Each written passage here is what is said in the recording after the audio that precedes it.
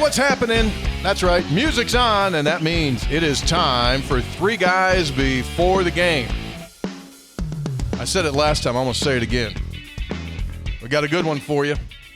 Yes, indeed we do. We got a good one for you. We continue our introduction with members of the new Mountaineer basketball team and our special guest. We went to the shooting guard last time, right? We went to honor last episode. Yep. Now might as well get it to the guy who's going to orchestrate the whole thing, the quarterback on the floor. Jasper Floyd will join us coming up on Three Guys Before the Game. This is episode 634, brought to us by Jan Dills, attorneys at law. They won't take no for an answer.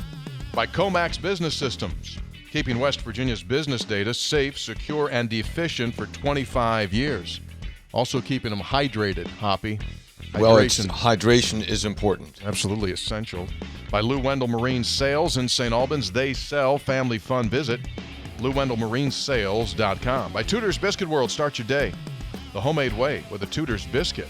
And by Conley CPA Group, providing value beyond numbers. We'll get some numbers coming up in just a little bit. All right, so let's do this thing. As we said last episode, we were delighted to be joined by Honor Huff, new member of the Mountaineer basketball team. The roster continues to grow. And our guest on this episode, let's bring in Jasper Floyd. I'm assuming, Jasper, you're still in Texas. Are you in Denton right now? No, I am not. I'm in Tampa, Florida. Oh, you're back. You're back home already. Okay, cool. It's good to have you here. So wait. So semester over, you're doing online, we're getting close, right? Online semester has about 2 weeks left, actually, at the end of next week. Okay. Well, it's great to have you, man. We appreciate it. We watched you play before we ever knew you were going to become a Mountaineer. We were watching you in the NIT. You know, the word was out. It's going to be Ross. So we all went like, okay, well, let's start taking a peek and see what's in store. What was that NIT experience like for you? That seemed to be enjoyable for you guys. It was great. I mean, you know, we were all very, very thankful for actually, first of all, I appreciate you guys for having me on. It's our pleasure. Thank you. But yeah, we were all really grateful to have an opportunity to continue to play basketball at that time. I mean, I think there's 364 teams and only about 100 of us were still playing at that time. So we were thankful for that. And, you know, we just wanted to do everything we could to continue to keep winning and go for a championship. Yeah. And you think about your last month, 4 weeks. It's been kind of wild, hasn't it? I mean, think about it. You're playing for a championship in the NIT. Your coach leaves. It puts you into a position, okay, what am I going to do? Ross comes to West Virginia. Ross calls you and says, Jasper, I want you to come with me, which is the ultimate sign of respect. You know, sometimes these coaches make these moves and they go like, make sure Jasper doesn't have my new number, right? But instead, he said, I want you with me. You commit. You come in a week ago this past Saturday with honor to visit Morgantown. I mean, have you stopped at all and just kind of run all that through your head? It's been a busy month. It has been a busy month, but, you know, I'm thankful for what I get to do. And, you know, I got a lot of faith in my Lord and Savior, Jesus Christ. And I used to, you know, pray for a coach to have trust in me and at the point guard position, and especially at this high major level. So, I mean, I had to sit back and realize that's the opportunity of a lifetime for anybody. And I used to pray for these moments, and, you know, it came true. And I had to work for it, but I had favor in my favor as well. So, I mean, I was thankful for that opportunity, and I was really happy for Coach as well for getting that opportunity. I know it was kind of hard for him, for his family and stuff, but I think everything happens for a reason. So, you know, I was just thankful for that opportunity. We're going to get into your game and break it down here in a little bit, but let's start on that subject with Coach Hodge. And trust is a great word you used right there, because in talking to him about you, That's the first thing he said. I just really trust Jasper when he has the ball in his hands and he's on the floor. So I think, as Tony said, the ultimate compliment is when the coach says, I can trust the point guard, which we know you're an extension of the coach. What is it about Coach Hodge that you gravitated to? What do you like best about his coaching style, and how's he do it? Not a lot of people would say this, but he doesn't take things for granted, and he pushes me even when times I don't want to be pushed for real. So I mean, he gets on me just about as much as anybody on the team. And in the moment, sometimes I'm like, why is he doing this and blah blah. But so that's the reason why I continue to trust him and stay with him, because I know he's going to push me to the best of my abilities, and I'm thankful for that. Does he push you more? Are your conversations with him more offensive or defensive conversations? Oh, it's everything. It's everything. No matter what, we could be warming up, getting ready for our 1 dribble pull-ups. You gotta do this on my head. So it's everything. What does he say to you? Give us some examples of what are his go-to phrases or lines when he wants to get to you or motivate you or get you going.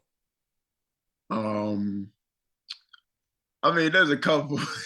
Sometimes he just yells my Jasper, yells my name sometimes. Sometimes he just, he gives me that look, whether it's the first media timeout out of half or it's to start the game. And sometimes, like, he's talking to everybody, but he's looking at me for a couple of seconds. And, sometimes it's just like, we got to get going. We got to, come out with the right physicality and stuff. So, I mean, it's a bunch of stuff that, just gets me clicking, and, we click for the most part. And so sometimes it's just a look that I need. Well, as Brad said, we're going to do a deep dive on your numbers. But one thing, and I think you would admit, he did make you better or helped you when it comes to assist-to-turnover ratio this past season, because, and we'll get into Fairfield and things like here, you spent your first season at Fairfield, and you went 220 assists, which is an absolute ton of assists, 220, but 153 on the turnovers. So this past season, you go down and basically become 3-1. You go 141 to 48.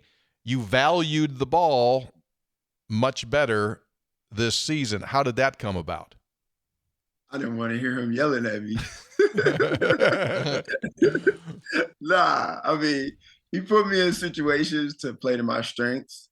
I'm pretty sure after watching the film, you guys know I like to go left. So he set things up for me to make plays going left, not only score, but read the defense and find my teammates really easily.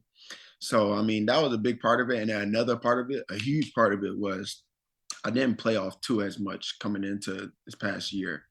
And he stressed that a lot. And I stressed that a lot in my workouts and during live play and practices and stuff. So that helped me big time for sure. Okay, so let's explain. So someone might have missed what you just said there, playing off of two, which is a concept that you guys, obviously you live in, but listeners may not be aware of. Let's talk about the concept of playing on two, which we're talking about playing on 2 feet. What did you learn? What did it teach you? How did it make you better?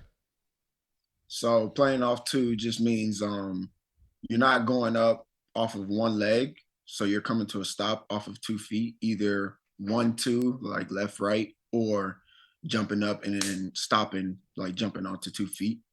And it helped me just slow the game down. I'm able to make decisions a little bit slower and read the defense a little bit better.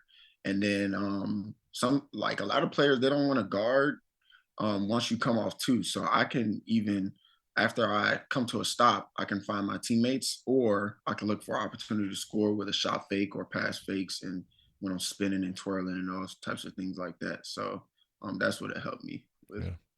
Let's stay with your game here for a second. Tony mentioned your assist rate. Your steal rate's one of the best in the country as well. Where do you think you took the biggest leap forward this past year? What specific part of your game do you feel got better, the biggest leap in improvement? Playing a little bit lower, and being able to move my feet.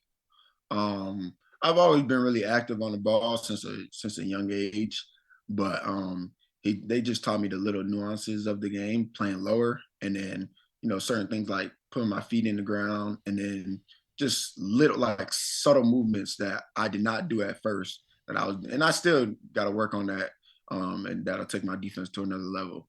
But I got way better at putting my feet in the ground and then moving my feet at the right times, and talking to my teammates while still moving and staying with my team on defense, and just a lot of those things that I didn't really think about at first that they taught me.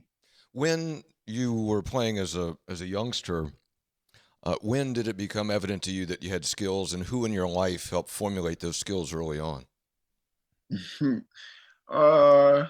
I didn't really start playing basketball for real until the 8th grade. But I always I was playing football and I was like, oh yeah, I'm gonna play in the NBA and in the NFL. I didn't realize at that time they go at the same time. Yeah, it's a problem. That is a problem. But I just always had that dream of, just playing, being a really good player, basketball player. And then my dad, he actually has a basketball academy for players that's just graduating high school, and then they're looking for opportunity to go into college, but they didn't have the opportunity coming right out of high school. So, I mean, he's always had really good players around, and some of them turned pros, some of them played in G League and NBA, and some of them played really high major basketball. So I've always been around really good players, and my dad just, helped me a lot of the time. I mean, I still listen to him to this day. He helped me formulate those skills. Was your dad a player? Yeah, he played. Yeah. Football-wise, what position were you? Take a guess. Well, quarterback. Yeah, it would have to be. Yeah, it'd have to be quarterback, right? Right. I played a lot of quarterback, but I had another main receiver position. or corner. Corner. Yeah. The football coach, Rich Rodriguez. Yeah, Rich might be able to use it. He's looking for corners. Yeah. So you could fulfill your dream. Maybe you could do both of those. Yeah, absolutely. Well, don't let Ross hear you say that. He needs a point guard too. That is true. Right? Can't have him distracted here with football. I don't know how he would feel about that one. So were you always for a point guard? You're big. You're 6'3". Were you always big, or did you play the bigger positions, the 4 and the 5, when you were like 8th grade, 9th grade, or were you always the point? I was mainly always the point. I didn't really grow until my junior year of high school. But yeah, I was mainly always point guard, combo guard. And I wanted to play the 2 because I wanted to score the ball and stuff. But my pops and a lot of my coaches, they told me I would probably go further in this game if I played the point guard position. Oh, absolutely. Good advice. 6'3" point guards, they're hard to find. They can guard and can pass. Yeah. Pretty good. Let's jump in here. So let's go. You don't start playing till 8th grade. Did you do the whole AAU circuit? And for those that don't know, you're from the state of Florida. You're from Niceville, Florida. Did you run the AAU circuit? Tampa, Florida. Tampa, Florida. Did you do the whole AAU deal? Were you traveling all over the place, or did you just kind of stay the high school route and do that? So my freshman year, I broke my wrist, so I wasn't able to play. My sophomore year, I was getting back into it. Played JV, and I didn't really play AAU my sophomore year. But I played a little bit, kind of with not on the main circuit. I've never been a part of the main circuit and stuff. So I played a little bit, and then my junior year, I played AAU a lot, not with the main circuit as well though.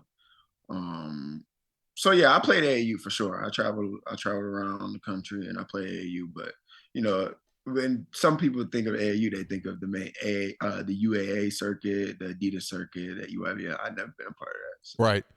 So coming out of high school, you go junior college. You stay in your state to play. Walk us through what were your options as a high school senior, and how did you end up at Hillsdale?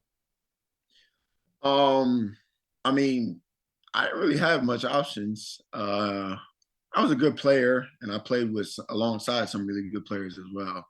But yeah, I didn't really have no options to play. But I always heard that if I continue to work, the work will show. And somebody told me they never seen somebody be successful that goes really hard, that works really hard. So I took that into account and just continue to work. I didn't have that many options.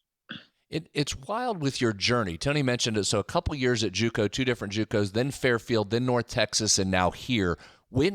How did you approach that? Was it just simply year by year? You said you prayed a lot to get to the position that you're in today, coming to a school like West Virginia. Did you have it mapped out, or did you just go into each season saying, hey, listen, I'm going to give it everything I have this year, and then we'll see what happens at the end of the year? I'm going to give it everything I have this year. And of course, like sometimes, like after my freshman year at Northwest Florida, I thought my coach was going to stay. And that's why I ended up leaving Northwest Florida, because my coach got the head coaching job at New Mexico State. So after that year, I thought, like, I was like, oh, yeah, I'm staying there. And but I mean, yeah, I had to end up transferring to a different JUCO, Hillsborough Community College. And after that year, I had to go because you can only do 2 years at the junior college level. So that's why I had to leave there and go to Fairfield. And I mean, I thought I was going to end up staying at Fairfield as well, but I mean, I wanted to play at a higher level with more exposure and stuff like that. So that's what led to the transfer to North Texas. So every year I just went into wanting to do the best for my team that year, and then seeing what happened next after that. Did you have to look us up on the map? Find West Virginia on the map? Nah, I had like I said, my dad had a couple of high major players. So one of them actually played at West Virginia, Morgantown. Who's that? Who was that? Tavon. Tavon Myers? Tavon Myers? Tavon Myers, yeah. Our guy. That's our guy. That's our guy. Oh yeah. He's an absolute delight, man. You talk about putting that ball in the hole, he could score it. He could score. It looked even crazier when I used to watch him play with my dad too. I used to think he was like that dude for real. So and he's another guy that's gotten better after, through the years after college. What was the Fairfield experience for you like? You go from Florida, you get to Connecticut, 37 games, you started 35. What was that like? It was really cold up there. Yeah, same winters as Tampa. Same winters as Tampa. No different. Nowhere near. And I've been to Cleveland when I was younger. My mom's from Cleveland, so her people stay up there in Cleveland, and then my pops is from New York. So I mean, I've been up there, but I've never had to stay there for 10 months. Going through winters and stuff, so that was pretty brutal, but I ended up getting pretty used to it. And the people there are just great. They love me and they love to support us in the team. And the staff and the administration, they were really great, and they just wanted to do one thing about them. They wanted to do everything they could to help their student athletes be successful, not only on the field or on the court, but off the court and off the field, and their alumni. Still to this day, I still talk to some of their alumni and stuff. So the people and the support over there was really great. Well, that's great. And you had a really good freshman season.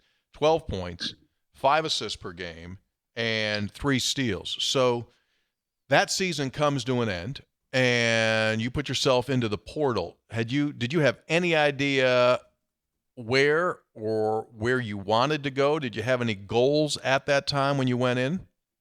After Fairfield season? Yeah, after Fairfield season. I mean, I didn't have an idea of where I wanted to go. I just I knew the MAC wasn't that high of a level. I mean, it's a good conference, but it wasn't as high as a level that I wanted to play at. Mm-hmm. And so really, that's what I was looking for. A lot of guys, people say that I transferred for the money and stuff like that, but I just really wanted the exposure and play at a higher level. And, I was, like I said, off the air, I was looking to find somewhere that can help me for the next level of my professional career, not knowing I was going to get another year in college. Right. So that's what it was. Yeah, so the AAC was a nice step. Now you're getting ready to take a big step into the Big 12. When Coach Hodge called you, what was the pitch to get Jasper here to West Virginia? What did he lead with? Uh, He just said, "Let's go. We're going. Let's go. Get ready." Yeah, really, it wasn't a call. It was in person while we was getting ready to head to Indiana. Said, "We're going." It was just like, yeah, I want you to come with me, and we'll talk about everything else. But that's what it is, and it was a brief space, quick, a minute. That's all it was, and then we was just like, let's get back focused to try to win a championship. So, Did he say then too? Lorian's coming too. he didn't tell me anything about that, but I mean, me and Bilo and I we were kind of talking together, and we wanted to make that thing happen. So, all right. What can you tell us about him? He's coming too. Yeah, really good person. Obviously, he's a great player, great athlete. But I mean, I think the reason why him and I clicked so much is because off the court, we hang out together, and I kick his butt in 2K a lot of the time. Yeah, so he's not gonna like that one. So yeah, I mean, we get together really well off the court, whether it's hanging out or on the game or just sitting chilling, watching film and stuff. So that's what I like about him, and he works out hard on the court, and he brings a certain amount of energy on the court that you need to be a really successful team. And it shows from his play and stuff. So Yeah. So you've played with several different coaches over the years. Obviously, you've seen your dad teach the game, your high school coaches, your college coaches, and you get to this dude named Ross Hodge. And so, like, what makes him where he is? Because you guys were top 2, 3 in the country in total defense this year. That's kind of his deal. That's what he does. You guys won 27 games. From a player's perspective, why does he have success? He works really hard, and he doesn't allow nobody to get too comfortable. So, and then another big thing. This is a huge thing. A lot of coaches, like some coaches I know, they don't allow other people to have their input on everything. They want to control a lot of things, and he allows everybody, to even players on some of the game scouts and stuff. He would ask us certain things, so he allows everybody to have input, but it's got to make sense though. He'll tell, like, he's gonna tell his team it's got to make sense. If there's something that you think that can help the team, you can bring it to him, but it's got to make sense. So, I mean, he invites the help. You can't do it on your own. And he understands that. He's a follower of Christ, and he trusts his work. He allows everybody to work, and he trusts his work. He works hard, and he just wants to continue to get better. You can't just go to him and say, if I shoot more, we'll be more successful, right? You can't just do that. Nah, he gonna look at you crazy. He gonna look at you crazy. Is he the first coach that you've played for that makes you do push-ups if you curse in practice? Yes, for sure.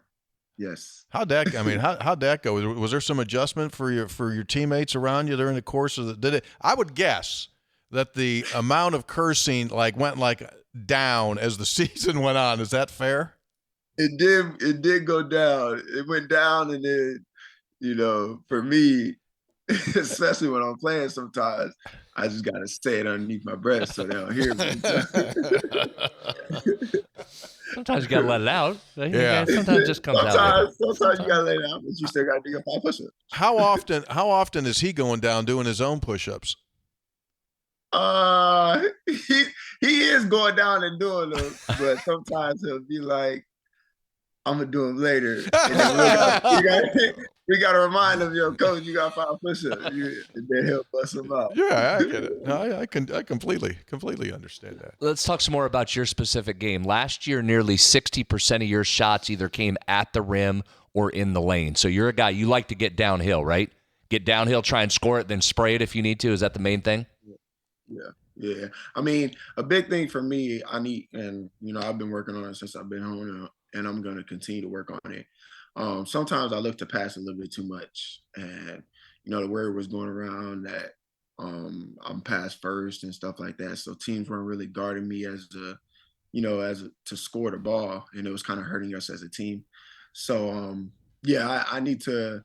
This is the mindset I need to have is look to score, and then if I don't have anything, look to dish it out to my Well, teammates. you did that down the stretch, though. 6 of your last 7 games, you're in double figures, so you figured Yeah. that out quick, right? Yeah. I mean, I wanted to do whatever I could to help our team win, and I mean that I had to switch that mindset for sure to help us get through that stretch of games. You're one of the few guys that has had to be told to shoot more. I mean, most of the time it's like, you might want to start distributing that thing a little bit. That's a good problem to have. How much? Yeah, I mean, yeah. How much have you started to look at the Big 12 and the schools in the Big 12 and some of the dudes that you'll be seeing in the league? Have you started to look at it? I would imagine it sounds to me like you've got a pretty cerebral approach to playing this game. Have you started to sniff on what it's going to be like? I mean, a little bit. Like it's so many moving parts going around. So I mean, I've seen a couple players, and I don't think they understand what's about to come for them. Ooh. So there we go. Yeah. So I mean, I'm not like I mean, I respect everybody for sure, but it's almost like they gotta go through us. I mean, we're not fearing nobody. So I've seen a couple of players, and big time recruit at BYU, and Kansas has some really good recruits coming in, and so I mean, I'll take a look for sure. Yeah, well, trust me, we night in and night out in this league, it's for real. It's big boy basketball. You'll certainly look forward to that. Let's go back to defense. As you well know, to be a really good team defense, everyone, and I mean everyone, has to be fully locked in and do it. What do you think Ross and his staff do to have really good defensive teams? What have you noticed? Because you've played a lot of basketball. Like, what made the difference? They preach it. Some coaches, they have their different philosophies, and they want to score the ball more, and then defense, we just like maintain it. But defense is preached every single day, every single game. And they don't care about the offense. We just want to continue to get stops and lock into the player personnel, and then what the other teams run as far as sets and things like that. So they preach it, and we work on it. We do individual things for defense, and then we do a lot of team things for defense. And it's player by player basis and team by team basis. We have our fundamentals, but if we got to adjust to some teams, you can't do the same thing that worked on one team that won't work on another team. So sure. That's the main points right there. You made your visit to WVU, and you came in on your trip with Honor, which is a nice kind of a combination, right? Dude led the nation in three-point shooting. You're a guy that likes to dish it. That seems pretty good. When you got here, what was it like compared to what you thought it was going to be like? I mean, you would think that you want to have an imagination about a certain place, but like I didn't really have no expectations going to Morgantown. I knew it was a college town. I knew it was up in the mountains, and it wasn't really like a major city. It's not a major city, but I didn't really have no expectations. But I love the scenery. Like I love the scenery of mountains and stuff, and it's a little bit nicer than what one would think about Morgantown. But as far as expectations and stuff, I didn't. I'm here to play basketball and put on an exciting show for the fans there. So I'm not really too much worried about that stuff. That kick, when he kicks it to Honor Huff for the three, those are nice assists. You can rack up some assists doing that. That'll help your numbers, right? Just a little kick over there, drop the three. I need about 4 to 5 per game. We'll take that. We'll sign up for that right now. You walked into the Coliseum where you're going to be playing. You went into the basketball practice facility. You're shaking your head. What did you like? Beautiful facilities. Beautiful. It's crazy. It's crazy. And I didn't realize, like, from the outside, the Coliseum. Wait, is that what it's called? Yep, Yeah, Coliseum. you Yeah, got it. you're right. Coliseum. It doesn't look like, it looks outdated and kind of old and stuff. And I kind of like that look, but when you go inside, it's more updated and it's a really nice arena. And a lot of fans. They said it's packed out pretty much every night. Yep. So Yep. that's a beautiful. That's something really good to hear. And yeah, it's definitely big. It's well, it's going to be. It was built 1970, so it's 55 years old. But as you could tell, when you walk inside of it, they take care of it like a church. Yeah, they do. So it's kind of like got that. It's got to the point now where it's transitioned. Like it went past like it's old, and now it's like cathedral-esque of basketball. And I'm not going to say it's the Palestra or Allen Fieldhouse, but it's growing into like a hoop church. Mm-hmm. It's nice and clean, and it's well taken care of. It's a great. You'll like it, man. It gets up.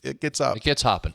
Did you and Honor hit it off? And if you guys day one go one-on-one, where's my money?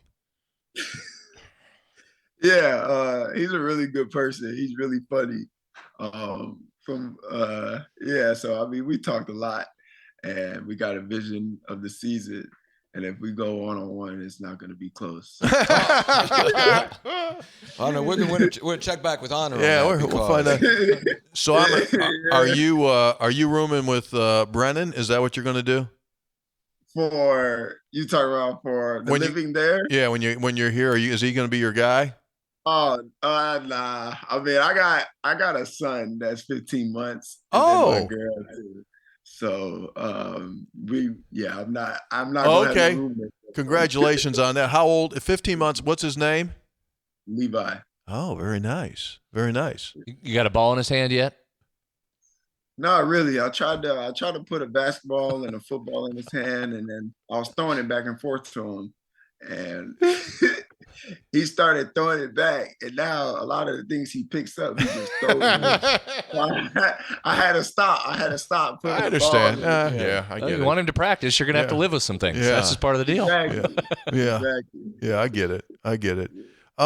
We talked earlier about digging down on the numbers, Brad, and some of the things. There's so many different sites out there that they could put in lineups, and they've done that. Put you in, put Honor in, put Brennan in. I'll ask you a third-party question here. What do you think style of play will look like? Well, I just put some notes down before we started. How about this for your prototypical point guard? First and foremost, can shoot it at the free throw line, nearly 80% from the free throw line. Really good. You talk assist rate. He mentioned you got to distribute. Top 5 nationally last year in assist rate. Pretty good. You'll take that. Steal rate. Top 12% nationally in steal rate. So you got a point guard that can guard and pressure the ball in a coach's system that wants to emphasize defense. You got a point guard that'll distribute the ball. You got a point guard who's got the ball in his hands late in the game. If he gets fouled, can go to the line and make 80%. And we just talked about 6 of his final 7 games scoring in double figures. So it's a guy that can score as well. So really brings everything to the table. Jasper, I think a bonus that you bring in with your size and ability, you can rebound as well. Right? That's another part of the game that normally we don't associate with point guards, but you can go get it off the glass as well. Yeah. I kind of went away from it a little bit throughout the middle stretch of the season, but I mean, Coach always said it. He stressed it before every game. We play a little bit better when I rebound the ball really well, and historically throughout my career, I've rebounded the ball really well. So I had to get back to that. So that's a bonus, right? The rebounding part's a bonus, but everything else, if I was telling you to build a point guard, check those boxes, and then the final piece is what I opened with Jasper. When you talk to Ross about him, that's the first thing he says is, I really trust Jasper as my point guard. Well, that checks every box that you want in your point guard. You got to have right? that. Yeah, if you can't trust your point guard, then you got situations. You got a problem. Your plan to come in late next month, is that your plan? Be here by June, start of June? Yeah. Yep, for sure. I was just talking with Coach, and he was telling me a little bit about the plan, and that is the plan for sure. I would imagine like he will be pushing on you and Brennan as well a lot because you guys have to instill the culture, and you'll be able to take the other guys aside and say, okay, this is how we do this. This is what he means by this. That's a huge help, I would think, to make it go faster. Yeah, nah, for sure. I mean, you would love to have, a little bit more guys to instill certain things and, just let them know how it's going to be. But I mean, it's going to be two of us. And I think Bilo is a really good leader, and I'm a really good leader. And we talk enough to help emphasize what they like and what they want to see, and show them how it's, how things are going to be run. I would think, Jasper, too, your background of playing at two different JUCOs and then Fairfield and North Texas and here. So this coming in, this transition thing for you is nothing new. This is what you're used to, right? So you're comfortable coming in a new setting. Like, let's go. Yeah, I mean, yeah. I'm blessed to have the journey that I had, but yeah. I mean, I've always been really good at adapting to new places, new people, different systems, and thankfully I get to stay with the same coach and the same system, and it's only going to help me. I know it's going to help me, and they told me it's going to help me, and just ready for that. What's the staff? We talk about Ross. What's the staff like? What are these dudes that he's brought with him be like? From strength and conditioning to the assistants. Like Forte, you ever match up with Forte? You ever say, "Here, come here, I'm going to guard you a little bit"? You cannot guard Forte. You cannot guard Forte. I'm just telling you right now, you can't guard him. He doesn't want to. Whenever he puts his shoes on, he only wants to play defense. He don't want to play offense. I always tell him, why we never see you shoot. He always says, "Oh, just if you got YouTube, just look up YouTube." That's right. Hey, Jack, listen, if I had his career, I'd stand on that too. I wouldn't put another shot up. I'd say that's a great move by him. I'd tell you, go watch it. Because he could fill it, man. He could fill it. Oh, he could fill it. I want to guard you. He would put some nets on fire. He would let it go. He got us a couple times here, Jasper. He can shoot it. I heard. Yeah. It's for real. Jasper's visit with us here on Three Guys Before the Game is brought to us by our guy and your guy and everyone's guy, Daniel's Men's Store here in Morgantown. Fine looking Phil, and he not only outfits us, he outfits Mountaineer Nation. Mm-hmm. So check it out. Right here on University Avenue in Morgantown. It's Daniel's Men's Store, and thanks to Fine Looking Phil for giving us the opportunity to bring Jasper on. Had a weird situation when we had the honor on last episode. We asked him, I thought was a pretty simple question, and he gave us a weird answer. We didn't give you weird. He gave you a straight answer. It was straight. So I asked him, I said, like, what's your favorite food? Oh, that's right, yeah. And he said candy. And I said, what? Favorite? Yeah, candy. And then he reached into his bag and he's taking out like Sour Patch Kids and like Welch's. So I'm going to ask you, and I'm hoping it's not the same answer. Favorite? Oh, here we go. He just winced. It might be. What's your favorite food? That's crazy because I thought I had a sweet tooth. Well, I don't think you're catching honor. I think he's got you. This is great. He's got bags full. Great. That's hilarious. Nah, my favorite food is definitely, if I had a meal to eat every day, it would be either chicken parm with broccoli or chicken Alfredo with some spinach. Oh, wow, that's strong. Okay. Yeah. He knew right away too. He didn't even hesitate. Yeah. So what's interesting is Honor, when we finally got him to food, also said Alfredo. Mm-hmm. He's also an Alfredo guy. But he also revealed he doesn't eat meat. Yeah, pescatarian. He's a pescatarian, so he's a fish dude. So that's fine because there's salmon and steak at every meal. Well, so I was going to say 2 for 2 on the Alfredo, so we'll certainly have Alfredo on the pregame meals. Yeah. We'll take care of that. I'm with you there, Jasper. I like that too. Yeah. But you got to. Sure. So when you do go sweet, what's your sweet fix? It's too much. I mean, every night. All right, so I don't know how I'm supposed to feel about this, but my dietitian back at North Texas said I probably need to stick to this. I eat like 2 big chocolate chip cookies and ice cream every night. Really? So that's probably my favorite dessert. I love brownies, all types of candy, Sour Patch, Twizzlers, Sour Head Extremes, Jolly Ranchers, Gummies. Well, I tell you, Skittles. See, the beauty of youth, Hop. Jasper just runs it right off. I was just thinking that. That's Just Right. I just gained 4 pounds listening to him. Eat anything. how about popcorn? We have our own popcorn here on the podcast. We just released this. It's called Home Run 304. It's got chocolate. It's got caramel. It's got nuts. Peanuts mixed in. It's like, and plus the popcorn is made right here in West Virginia. And when you get here, see, we got a teeny bag. We will try. You'll try some Home Run 304, or I'm just kind of thinking ahead to basketball season. Maybe we do a Jasper related popcorn if we can figure something out about. So like Jasper, what could we do? Like. Well, it might have to be Jasper because Honor said he's not a chocolate guy, and we got to have some sort of chocolate in there. Definitely. I love chocolate too. Chocolate is great. Jasper. Yeah. So we'll do some kind of something with an assist, something with ball, something with Jasper. We'll do your own popcorn. You weren't getting this at North Texas. I'm just telling you, we'll do some things here. I love the way y'all think. Yeah. I love the way y'all think. How about like Jasper J, something like that, and it'll be a sprinkle. It'll be drizzled chocolate. We can do that, can't we? Jasper J with chocolate assist.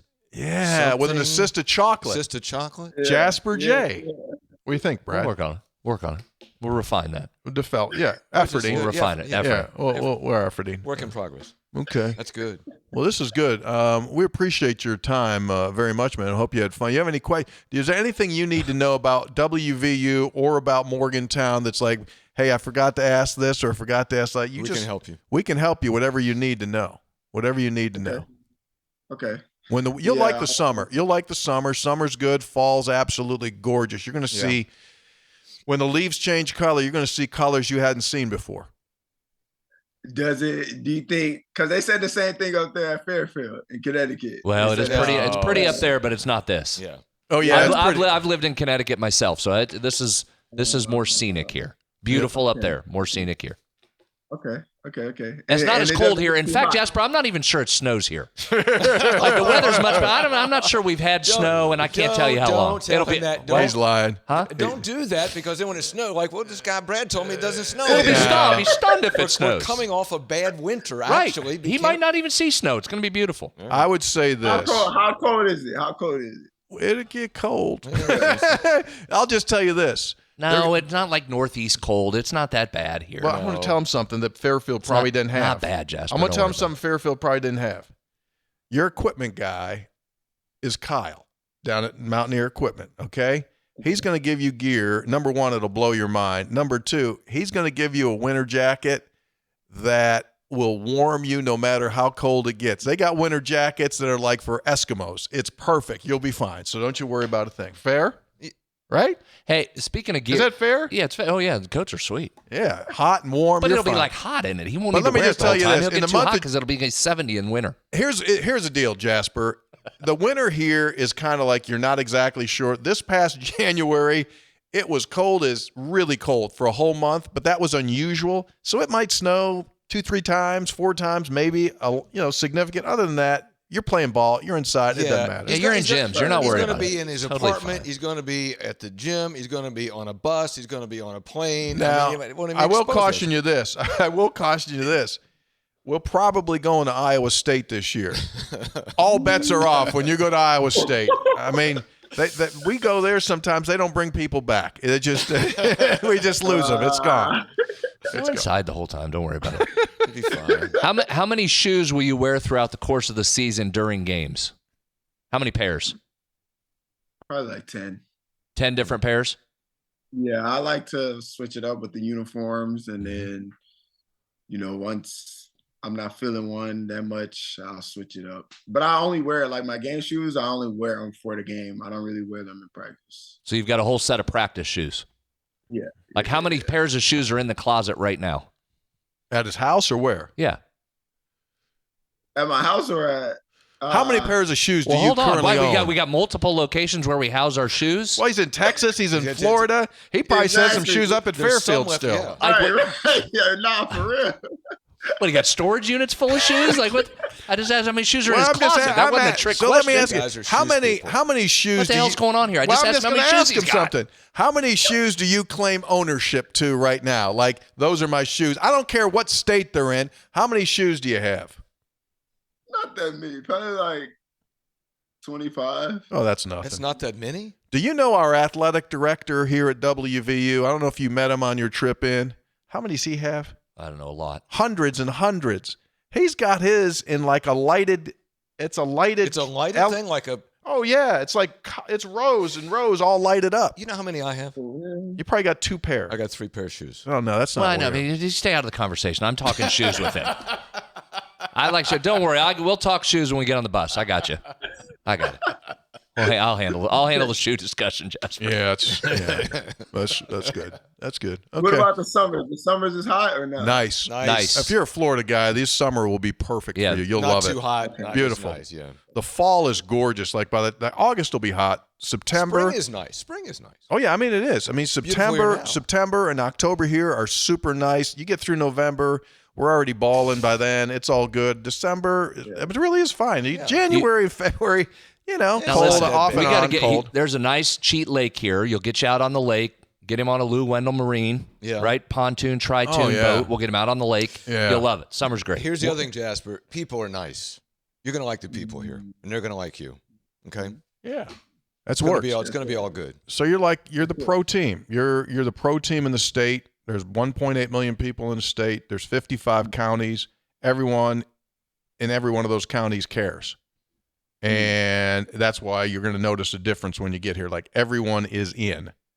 You'll go 2.5, 3.5 hours in this state, no matter which direction, east, north, west, south, and you're going to see that flying WV. It's for real. It's good. It's good.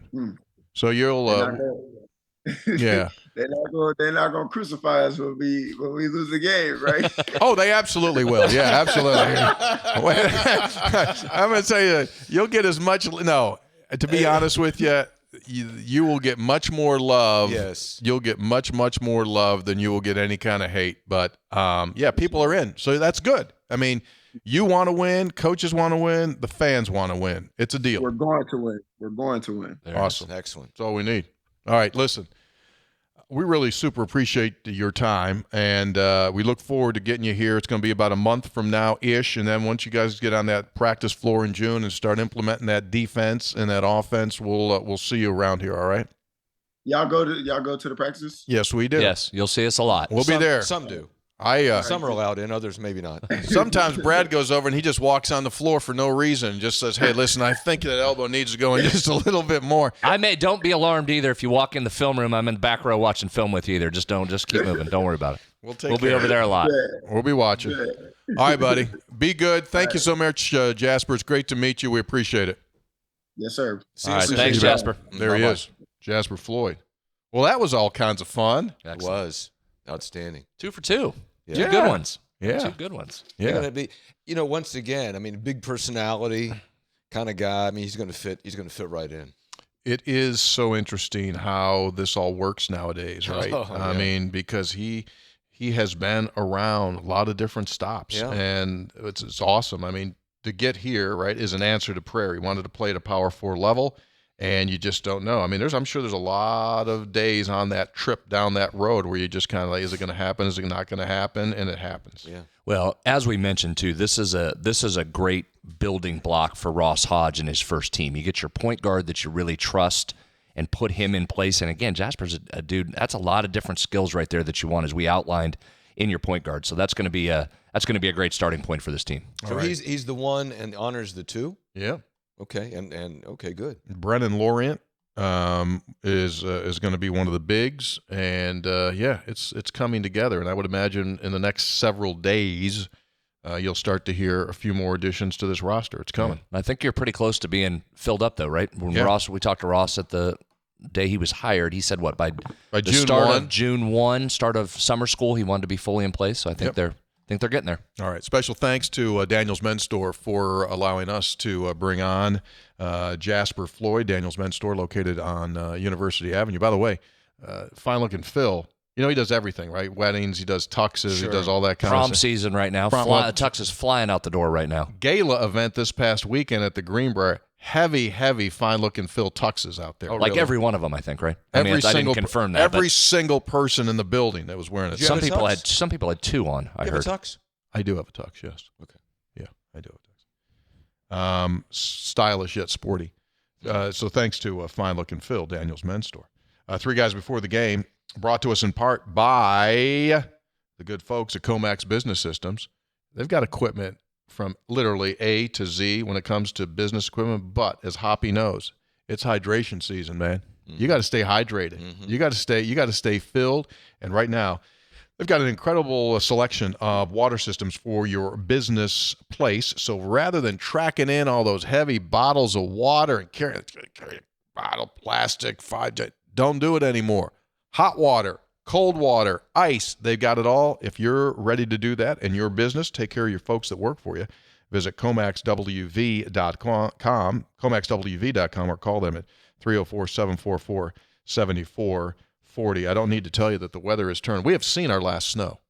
Well, there's a bold prediction. We have seen our last people snow. do tell stories of the Easter snow, but we're past No, Easter. we're done. Yeah, So we're this done. is why you got to get into your Lou Wendell Marine Sales boat. They happen to be the largest pontoon boat dealer in the state of West Virginia, family-owned for 4 decades, and right now celebrating year number 40, which means they're giving away a 40 horsepower. See what they did there? 40 years, 40 horsepower Honda outboard motor. All you have to do is go to the Lou Wendell website at LouWendellMarineSales.com. While there, check out all the unbelievable selection that they have, whether it's boats from their G3 Gator, G3 John Boat series to the pontoons from Avalon Boat, or all of the accessories. And Brad, we're going to get Brad a new raft.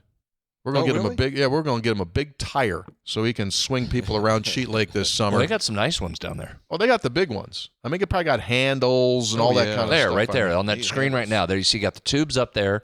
You also got the others you can sit or kneel on as you get going around Sheet Lake there. I think the back there, the red one to the left, that's just a minuscule one. They got bigger ones than that, bigger than the wall. Like 4-person? I think like 8 to 15 to 200 people. I think they do, like just cruises. I'm not sure that's right. I think they just do Have cruises bathrooms on them. on there. Yeah. 3 guys, by the way, also brought to us. This got something new going on What? down there at the Tudor's Biscuit World. Yeah. What they got going? I'm going to give you an opportunity, listeners. I'm going to give you an opportunity, listener, because we know that there's one of you out there. Next 12 weeks. Next 12 weeks, Tudor's is giving away a $100 gift card every week. All right. For 12 weeks. That's a lot of biscuits. Yes, it is. And all you have to do, this is kind of it's a crowdsource thing. Participants, all you have to do is need to vote for their favorite designs. So Tudor's is coming out with new merchandise. Okay. And they want listeners to vote on which merchandise they like the best. All right. And that will determine it. All you have to do is go to the website, votetudorsmerch.com. Votetudorsmerch.com. Is that available now? I'll do it now. Yeah, it's available.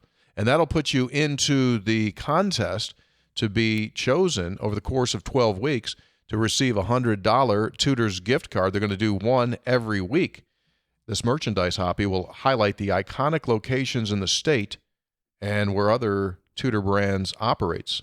So take a look at it. And you can also go to the Facebook and do that as well. But you can go to the website, votetudorsmerch.com. Yeah, Are you there, Hoppy? Yeah, I'm going there.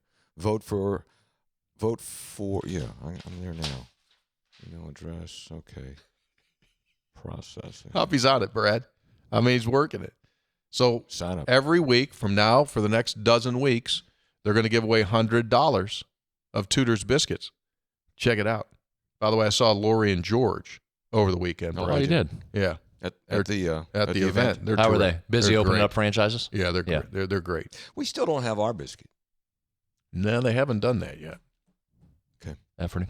I would think maybe the start of football season they could come out with a 3 guys biscuit. Yeah. It'd be a good time. Or what we could do is we could tell our listeners every time you go to a Tudor's, when you go to the counter, say, ask for the three can guys I have biscuit? the Three Guys biscuit? And then eventually the employees working the counter will tell the manager, and they'll go like, people keep asking for this Three Guy biscuit. The general managers will then contact, I'm sure, corporate, and they'll go, people keep asking for this Three Guys biscuit, and then eventually we'll go up the ladder and they'll say, all right, finally, give them a doggone Three Guys biscuit. That's a great point. That's probably how you have to do it. That's probably how it happens. So go ahead, people. Go out there, besides ordering, the Dottie, the Peppy, the sausage, or getting a hash brown, or whatever you want to do, just say, can I have the Three Guys biscuit? And then we're going to start a groundswell. Just make your order. Yeah. And then say, when they say, is there anything else? You say, yeah, I'd like one of those Three Guys biscuits. So get your regular order in, make sure that's set. Yeah, I like that. And you just add it on at the end. And the answer is, what's on the Three Guys biscuit? What do you want on it? Exactly right. Exactly Mystery. right. It's a mystery biscuit. Yeah. Okay. What else we got going? Are we doing Conley? Yeah. We are? Well, I gave some of it there to Jasper, but let's do it again. I got a couple others. Yeah, I wasn't sure where you were going there with the I didn't know if you wanted me to pull the thing during his visit. Yeah, we probably should have hit the music when you asked me the question about it. But all right, fine. But you got more numbers? I got a couple more. Let's do it. Check the numbers. We'll just go right to the numbers. Here I like comes the heater. 6'3". I like 6'3" a point. Oh, yeah. We haven't had a long guard like that in a long time. Three Guys before the game. Spreads on Stats is brought to us by Conley CPA Group. They do provide. This is weird. Got a weird mix in my headset. What's happening? Well, I listened to the show last week. What did you do? But didn't have the music up high enough. I'll just overwhelm it now. Now what are you doing? Three Guys brought to us by. What experienced radio operator there? Hey, seriously, I knew that would drive him nuts. I knew that was old man radio. Your voice to music proportion is incorrect for the proper mix. Stop that! I'll call the damn FCC right now. You're over-modulating on the audio. Hoppy, when we first started doing the show, also struggled with silence. Like, he would just lose his mind if there was any. Very uncomfortable with silence. And obviously, for a number of years, he thought the show was live. I didn't want the silent sense to go off.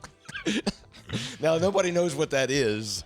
We do. Tony, you could explain, but I mean, that's all right. Never mind. Move on. Really super quick. Silent sense in a radio station, when it's on automated mode, if there's a period of time that goes on where there's just straight silence on the air, like something doesn't fire, it would set off a sensor, which would set off an alarm in our building. And the alarm not only would tell us in the building that there was something that wasn't on the air, it would also notify people in Roanoke that there was nothing on the air. The noise was deafening. And if someone didn't run back and reset the silent sense and get the next thing on the air, which sometimes people were a little slow to get there despite the fact that their ears were bleeding, Dale Miller, our president, would get on general intercom and he would take the wallpaper off the walls. Silent sense! So it was not only the silent sense, it was Dale. It was like a fire department. Double whammy. It was like a fire department. People would just be sprinting down the hall. Beautiful. That's when radio was radio. Doggone it. Three Guys brought to us by Conley CPA Group. Brad's value beyond numbers, and that's what they do as well. Complete service public accounting consultation with their clients throughout West Virginia, surrounding states. 40th anniversary year going on right now. You can outsource your accounting in your business place with them. CFO services as well. Conley CPA Group. All right, hit me. Well, again, mention some of these numbers. I do think profile-wise, what you're getting in Jasper is exactly what you're looking for, and the ability to pass the basketball. And so if you think about this offense, Hoppy, I mentioned 60% of his shots, nearly 60% came at the rim or in the lane. So the ability to get downhill and then kick it. And that's where Honor Huff and Trace and Eaglestaff come in, guys that can be on the perimeter and knock down shots. So I'm excited to watch him. We had mentioned this a couple weeks ago because, again, we've talked about Jasper for a few weeks here, figuring he would be somebody that would come with Ross and that he had some eligibility left. Now, how many years he has left to be determined, because I don't know if eligibility is a thing. I think you can play here as long as you want, right? I haven't confirmed that, but I think that's just kind of how it works now. Exactly. If you want to play for 9, you can just stay for 9, I think. I think he could actually leave here, go back to community college, earn another year, and then come back here. I mentioned a couple podcasts ago, there was a period of time when this portal was open that evanmia.com had Jasper projected as the most defensive value in the entire portal. So this is a guy that can really do it at both ends. 3-point shooting is going to be an area that he's going to continue to work on, but he had a couple spots last year, guys, from 3, if it was the top of the key or the right wing, where he was above 42% from both of those spots. So he didn't take a ton of them, but his 3-point percentage in shooting was getting better. Evan has him projected as a 35% shooter this year. So I think you're getting a guy that's really talented and brings a lot to this program. And again, as I mentioned, to him, checks a ton of the boxes in here. Good. Right?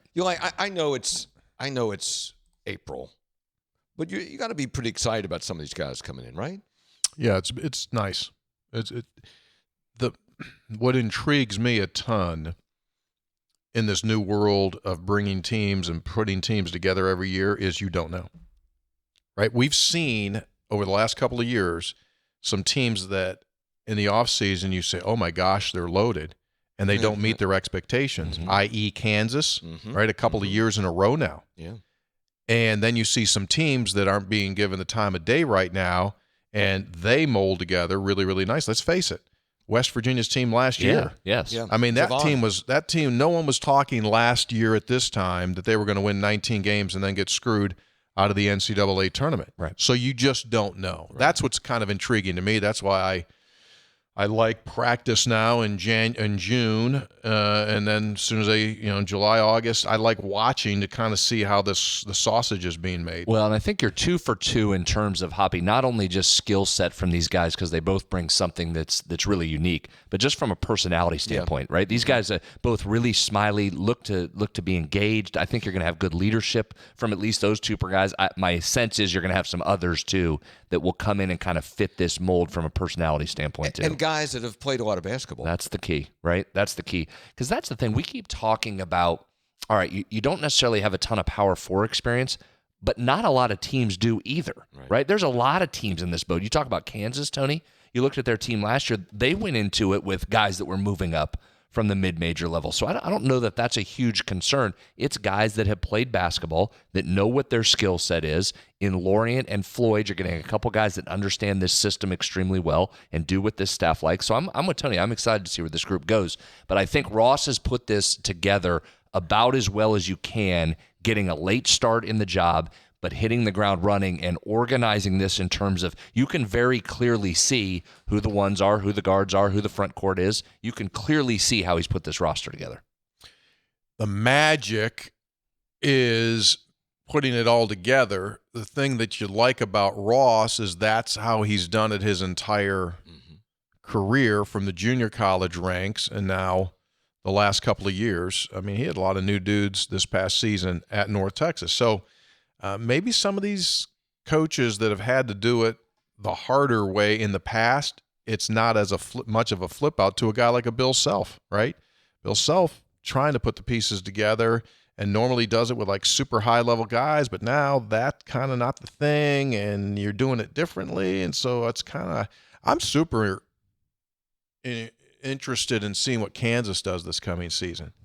Like, they can have 3 subpar years in a row. Right. And again, it's their type of their subpar is different than everyone else's subpar. But like, could you imagine, like, if they're not they have not handled the portal well for a couple of seasons. Right. Yeah.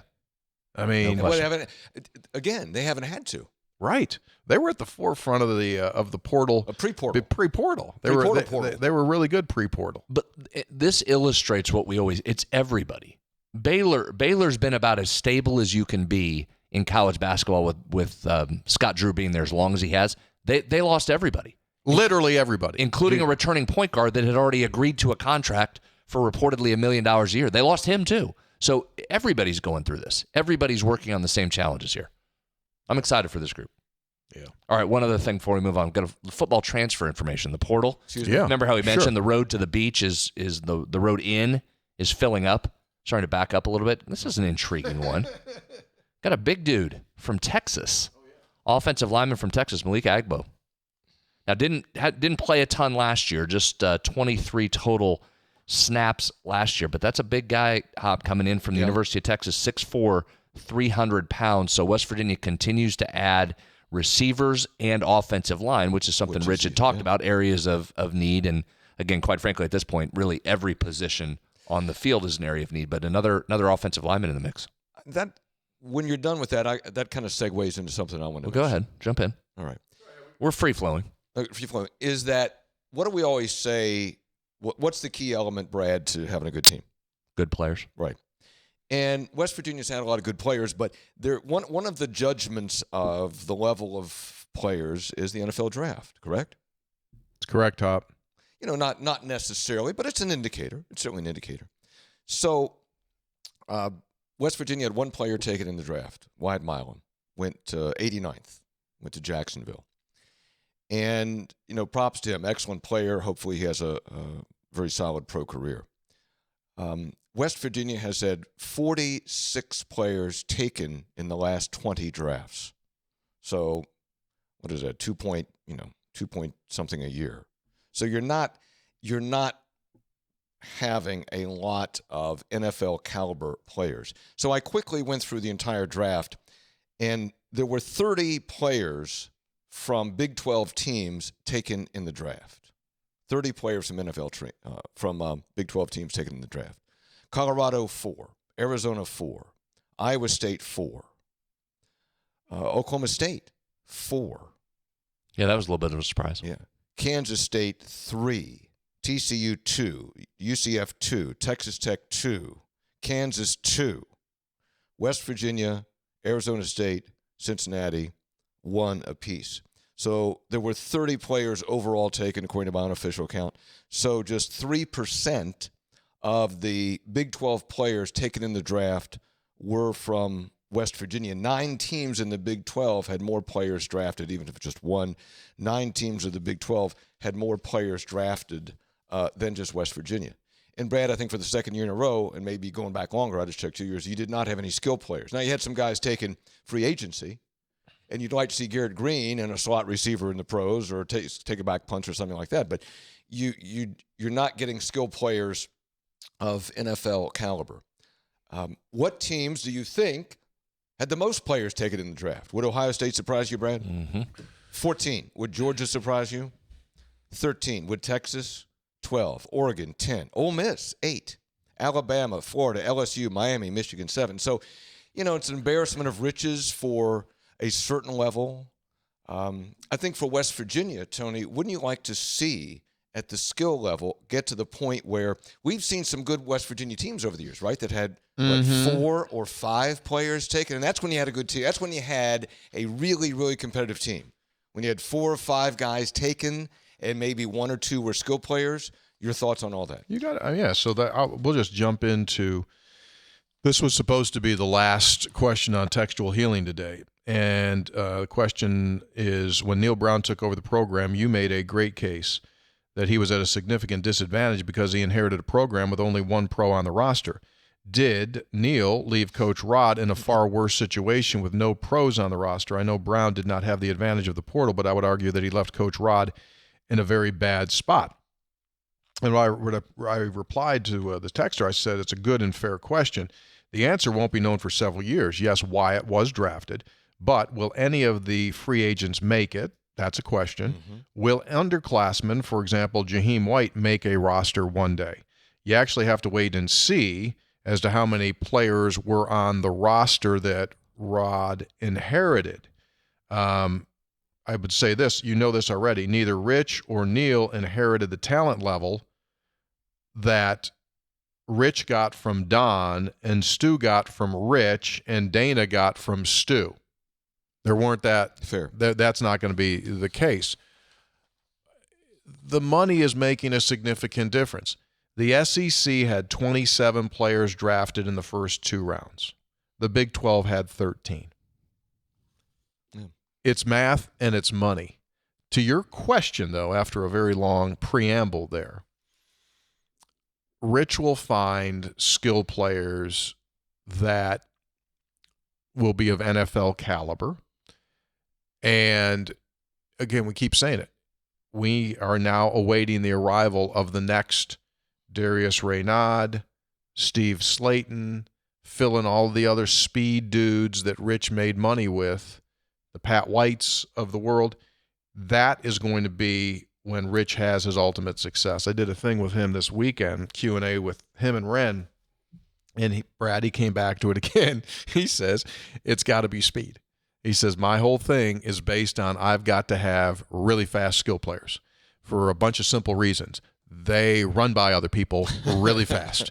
And that, he says, until you get that, you know, the plays look a little bit different when super fast players are running them. Mm-hmm. And so that's what it's going to come down to. And at what point he is right now, I don't know what he's got sitting on this roster or what's going to eventually be on the field in September. But ultimately, when he gets that and he knows what it is that he needs, then you'll see the next ascension, and oftentimes those guys will get a good chance in the NFL. You know, one of the things, I think this, what did you inherit as a coach, is going to be one of these discussions that kind of starts to go by the wayside in this new era. It's almost like the discussion of, well, how many scholarships do you have left? How many guys you can bring in? How much eligibility does he have? Mm-hmm. Those things that we've always had as benchmarks are really going away, because who inherits anything anymore in college sports?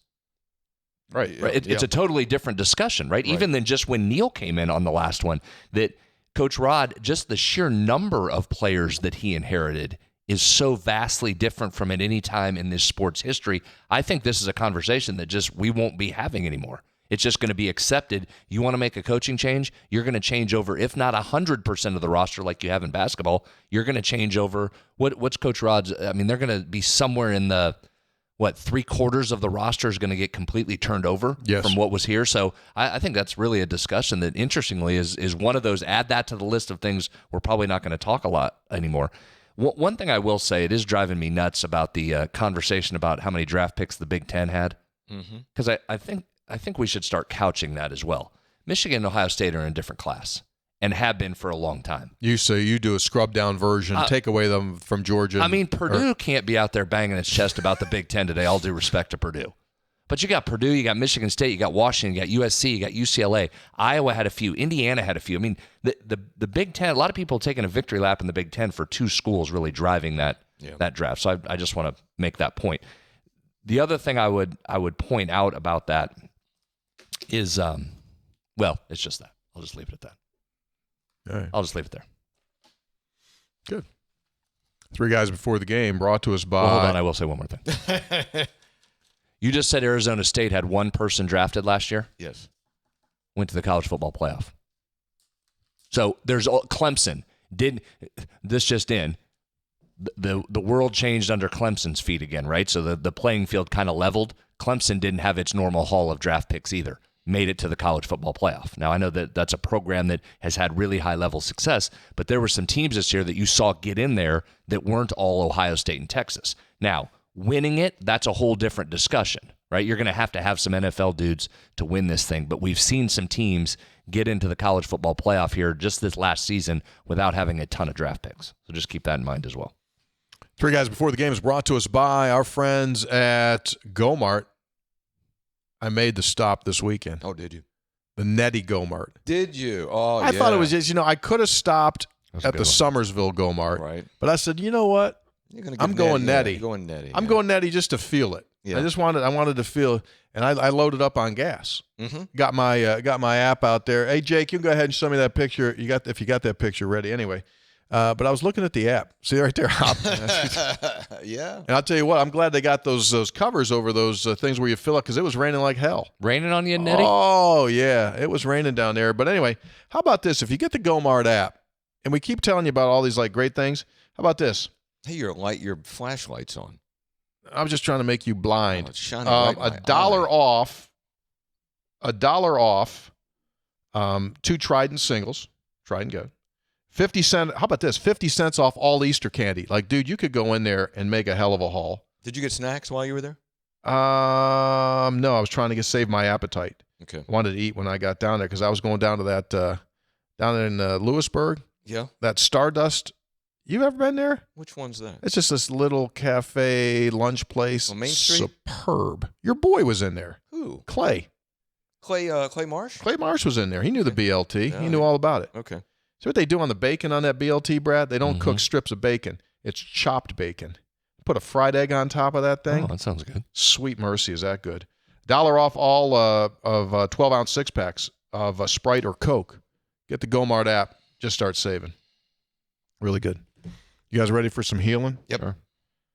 It's not a whole ton of healing because I don't think people need to be healed right now. I think people are pretty good. I think. Summer. Yeah, summer healing.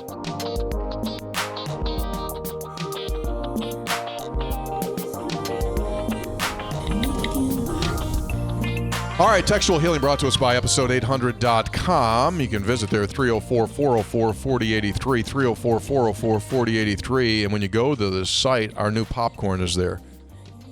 Oh, look at that. Look at the shot Jake took. Oh, good one, Jake. Oh, good job, Jake. So the one on your left is the small, the one on the far right is the large, and then this bad boy in the middle is the tin. Home run 304. I've been thinking about this. I'm going to do something that I haven't talked to the other guys about. Oh, well, there's something new. There we go. This is what I'm going to say. Okay. Money back guarantee if you don't like the popcorn. Well, Money back guarantee if you don't like the popcorn. That's All right, how who's- strong I feel about it. well, wait a minute. You Didn't check it with anyone. didn't talk to the We'll pay 'em makers back. of the popcorn We'll pay either. it back. I don't care. I guarantee it's that good. If you don't like it, money back guarantee. Gosh, you're a loose cannon, man. I'm serious. I mean, that's fine, but I mean, Saw Rev Kev this weekend where? down there. Oh, he was down there? Yeah. So on June 13th, Rev Kev is cooking right over the border in Mount Morris. You know, the High Point National Pro Motocross. You just pointed east. I think it's north. Wherever. I don't know what the hell side I'm on here. Anyway, you know, just going over the border to Mount Over the Morris. border, yeah. That's the World Championship that weekend, right? High Point. That's right. High Point National Pro Motocross National Championship weekend. June 13th, we're going to have Kev there. I think a couple of us are going to be there as well that Friday. Rev Kev's cooking. All right. All you have to do is go in, and you have access to Rev Kev barbecue. It's going to be a heck of a weekend. As Free you to well get know. there. Yes. Right, free to come in for this event. For the that Kev event. And then the motocross goes on. It's just fantabulous. Might try to get Hoppy on one of those bikes. I'll go. You're in, right? Yeah. He'll do that. Just on the ground, though, not over one of the hills. I mean, have you seen what some of those We'll guys see. do? What they do is He can't go up in the air like no, that. I don't want to hurt him because he's got that big thing coming up in Iowa this summer where you run that bike. A motor. This is motorcycles compared to your bicycle. I can ride a motorcycle. I know, but not like these. These guys are like Oh, I off know. ramps Yeah, up in I the know. air, racing Yes. around turn. You're not doing that. That's a not huge doing event. I'm no. You but stay on flat ground, maybe. That'd be fine. High Point National. We're going to be there with Rev Kev June 13th. Hey, three guys. This is a big one here. When is that? June 13, and then the Friday. June 14 is Saturday. That's when they go. I've been to that. You've been to that. I've been It's to that. Incredible. Yeah, it's wild. Hey, three guys. Post Office Jonas here. Those guys are pretty incredible. Oh my gosh! And you have to be an incredible athlete to be able to do that. It's unbelievable. Yeah, that's a whole different deal now. Those guys aren't sitting there smoking cigarettes and drinking 40 beers before they get on there. I mean, they are athletes. Yeah. They are athletic. Post Office Jonas here. I wanted to let you guys know that Daryl, Big D as we call him, is now officially retired. His last day was just recently at the Star City Post Office. He says, I've got big shoes to fill now. I'll be filling in until they officially fill his position. So I'll make sure everyone gets the Mountaineer munch. Thank you. So everyone, please reach out to Daryl. Wish him a happy retirement. Happy, and thanks, three guys. Let's go Mountaineer. So our guy's out. Thanks, Daryl. What a run they had. He shipped up a ton of three guys stuff over the last few years. Those Thank two you. dudes at the Star City Post Office, about as good as Simon and Garfunkel. I mean, and now, pretty and elite. just like that band broke up, now Daryl's out. They're going to go do solo albums. And given what Doge is doing, it might take a while to fill that spot. Texter, I'm Jonas impressed. hasn't. Jonas is on it. Jonas has Yeah, got he'll it. take He's got care it. of it. Right. Yeah. I'm impressed with Honor Huff. Needless to say, he's well-spoken young man. There were no uhs or ums in his speech. Mm-hmm. So we go from a text that says there were no mistakes to now Charlie from Midlothian, who always points out our errors. I'm surprised that Brad or Hoppy did not chide you for referencing episode 300.com at the 1 hour 13 second mark on your last podcast when you were talking about the new popcorn. As always, guys, thanks for keeping us entertained and up to date on Mountaineer Sports. And Charlie, thanks for you for absolutely doing an autopsy on every one of our podcasts. He not only gave us the hour, the minute, he gave us the second where I said episode 300. I didn't hear that. Probably should have shut this thing down Let after me say 300. episode 800. Yeah. Episode800.com. Yeah. Texter, last Saturday before the Cincinnati baseball game, my buddy and I pulled in the parking lot across the street from the stadium. I look over, saw Rev Kev's barbecue, got super excited. I trapezed across the hot asphalt, got there just in time to see a guy pull up double park right beside Kev's trailer. I already know where this is going. I haven't read ahead. I already, you know where this is going too, and you haven't even read ahead. Somebody double parked. Yes. Shouldn't be parked there. Right. Guy hops out, jumps in line, starts barking out his order. Yep. It's like, hot damn, this dude's hungry. I look a little closer. It's Tony. See? Knew it. What? I tell my buddy, Tony must be coming off one of his intermittent fasts, so we'll have to excuse his behavior. I'm not the kind of guy who will stand between hanger and barbecue. What were you doing? Cheers. I'll explain it. Cheers, Tony. I hope you had enjoyed it as much as I, and it looked as though you were going to. Todd from the Charleston Starbucks. So here's the deal. Like, to every story, there's a story. Okay, go ahead. Like, you could say, hey, we double park. So here's the deal. All right. I went to the games Thursday and Friday. Okay. I wasn't going to go that Saturday because I had about 125 bags of mulch that I had to work on. All right. So I called Kev and I said, Kev, will you make me, I think I bought 3/4 of a brisket and a bunch of sides. All right. He said, yeah. So I pull in. Now the baseball crowd is coming to the game. It starts to get absolutely stupid, busy, crazy around that area near the ballpark. So I pull in thinking I can find a spot to pull in. Well, there isn't one. All right. So I yell out the window to Kev when I pull in, yo, you got my stuff? He says, it's all packed ready. So I turned around, pulled up alongside, i.e. the double park, ran out, gave the nice young lady my card. She rolls it. He puts the barbecue in the tins. I take the card. I'm gone. I didn't want to get stuck in traffic, and I didn't want to get in the way because people are coming. That's all. That's a good story. So you did, in fact, double park. Side parked. And get in the way. Some would call it double. I'd call it side parking next to the table. Someone else had done that, and he was trying to get He was across trying to the get parking across. lot right He now. would lose It it. would have been a 35-minute deal on the podcast today. Yeah. Here's what I say. Well, Cariti, we're still writing you a ticket anyway. I'm going to write it up right now. I'm just trying out We're there. going to run you down to the judge. I'm just out there trying to support the source. That's all. Speaking of baseball, Holy potatoes. My gosh. goodness gracious. How about those dudes? Just line up, beat you. Just line up, Who beat they you. playing? Just play. It doesn't matter who they're playing.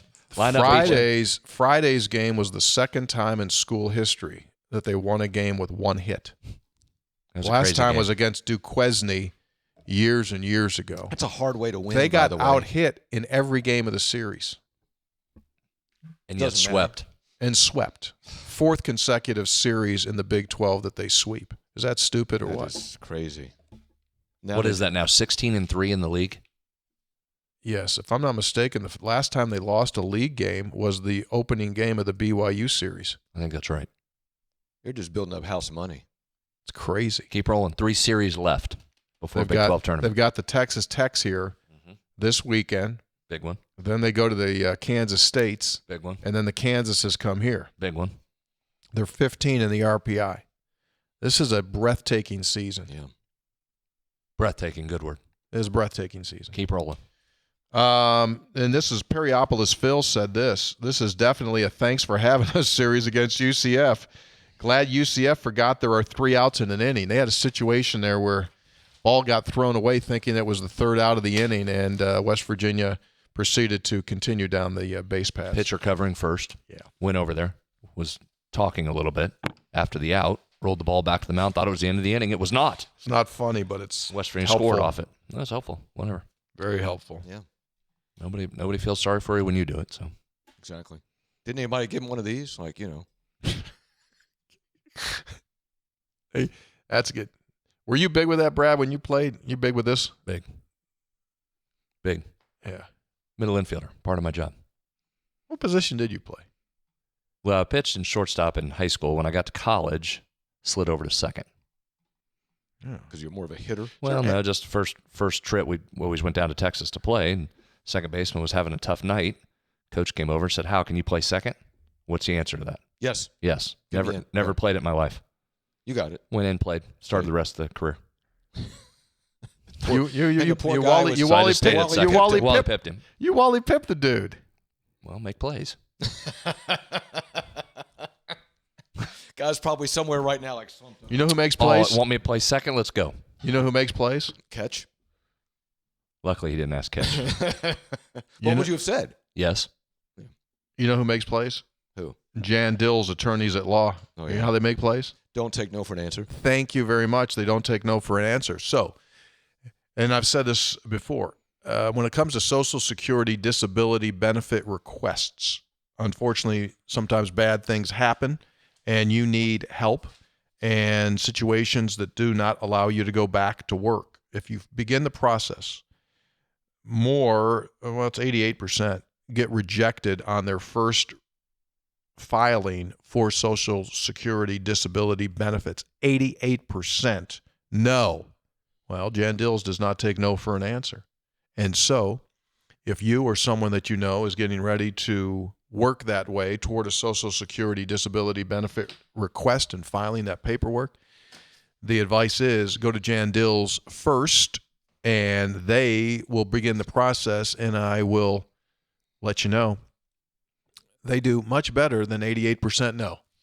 They have people that are specifically trained and do this every single day. So if you or someone you know is getting ready for a Social Security disability claim, contact Jan Dill's attorneys at law. They've got offices in business and do business in 48 of our 50 states, based right here in West Virginia, in Parkersburg. Contact them if that is something that you need help with.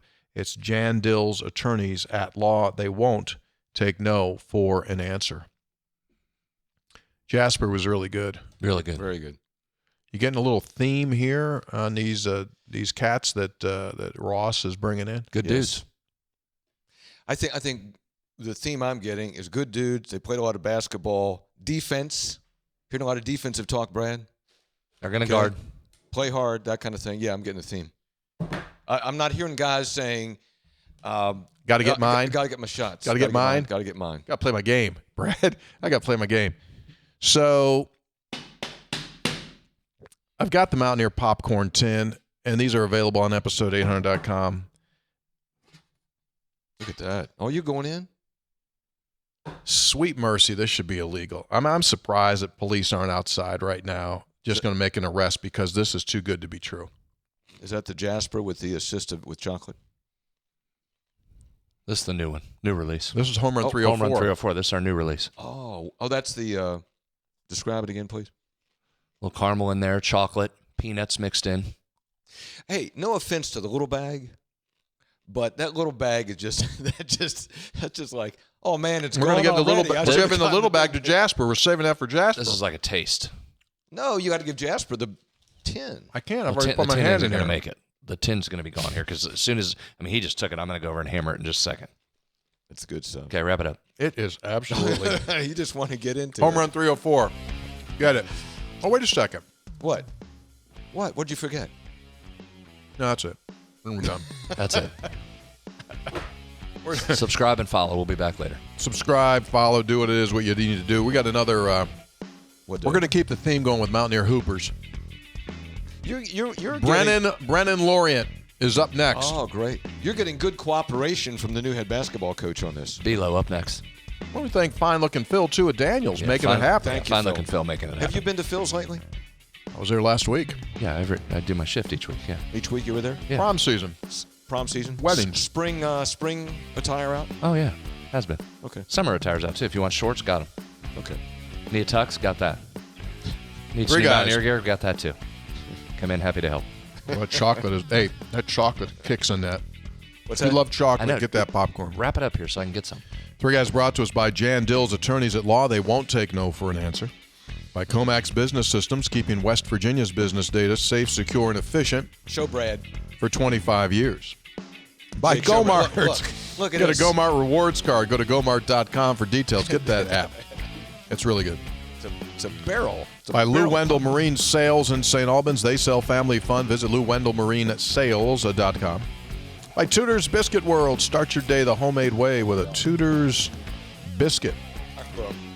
And by Conley CPA Group, providing value beyond numbers. We have to go because we want to stick our face in that tin. Out. Thanks for being with us. Thanks to producer Jake. See you again.